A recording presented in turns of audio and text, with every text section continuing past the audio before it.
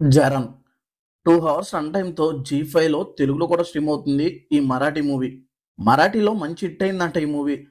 చూసాక నాకైతే అస్సలు నచ్చలేదు. చూస్తున్నంత సేపు బోర్ కొట్టి డెడ్ స్లీప్ నేనైతే.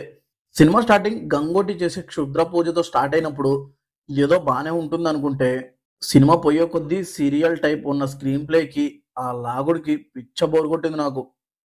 ప్లాట్ ఏంటంటే, రాధాకి చిన్నప్పుడు చేతబడి చేస్తే ఆ అమ్మాయి ఎలా పెరిగింది, పెద్దయ్యాక ఆ చేతబడి ప్రభావం ఆమెపై, వాళ్ళ ఫ్యామిలీపై ఎలాంటి ప్రభావం చూపింది అనేది ప్లాట్.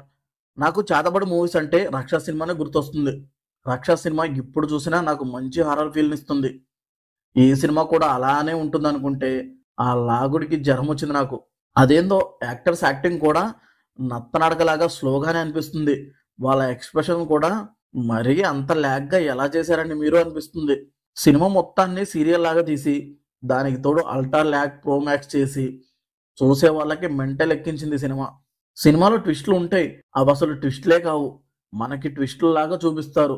కానీ మనకవి ట్విస్ట్‌ల్లాగా అనిపియవు. పర్ఫార్మెన్సెస్ వైస్ రాధాగా చేసిన యాక్టర్, గంగోటిగా చేసిన యాక్టర్ వీళ్ళ యాక్టింగ్ మాత్రం చాలా బావుంది.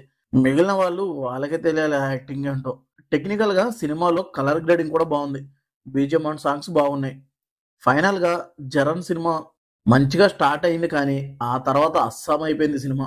నాకైతే అస్సలు నచ్చలేదు. మీరు చూసి మీకెలా అనిపించిందో కామెంట్ చేయండి.